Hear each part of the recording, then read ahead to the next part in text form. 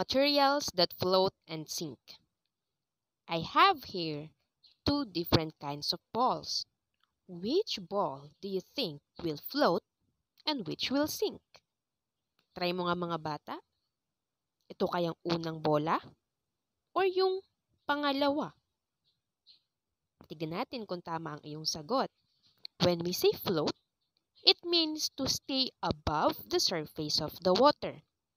And when we say sink, it means to go below the surface of the water. Pag float, lumulutang or nakalutang. Pag naman sink, ay nakalubog or nasa ilalim. Have you ever wondered why some object sinks on water while some object floats? Napaisip ka na rin ba na parang ganito? Ang sagot dyan mga anak ay dahil sa density. When we say density, it is the degree of compactness as of an object. Everything is made of molecules. But what is molecule? Molecules are tiny particles that can be seen with a microscope. Ibig sabihin, hindi mo siya makikita gamit ang mata mo lamang. Tignan ninyo yung nasa loob. Parang may dalawang kahon, di ba? Yung isa, tightly packed molecules in an object. Kumbaga, marami yung molecules, siksikan sila, kaya siya mabigat. Kaya siya lumulubog. While, on the other hand, loosely packed molecules in an object. Ibig sabihin, sa isang parang container, hiwa-hiwalay sila, hindi sila compact, hindi sila ganong dikit-dikit, kaya ngayon lumulutang yung mga bagay na yon.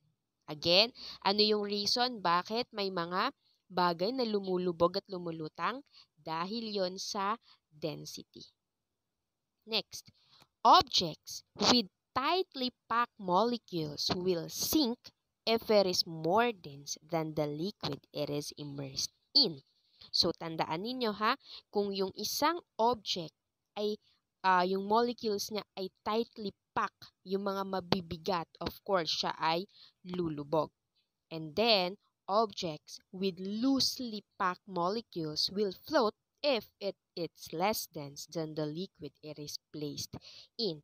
So, sa picture natin kanina, kung naisip ninyo na itong bola na to yung lulubog, naku, sorry, but you were wrong. Pero kung naisip ninyo na ang bola na ito ang siyang magfo-float or siyang lulutang, then you were correct. Very good. Again, when we say float, it simply means to stay above the surface of the water. While when we say sink, it means to go below the surface of the water. But, teacher, what is buoyancy? Di ba napapaisip kayo, teacher, ba't yung barko mabibigat yun, hindi siya nalulubog? That is because of the buoyancy. When we say buoyancy, it is the tendency of an object to float in liquid.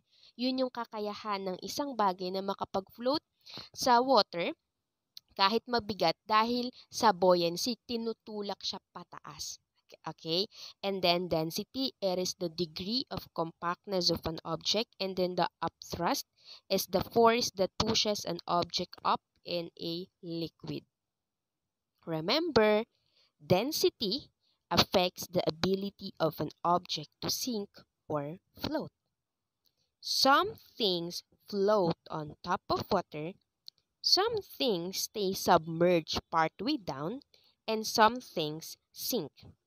Some things sink very fast, and some things sink very slowly.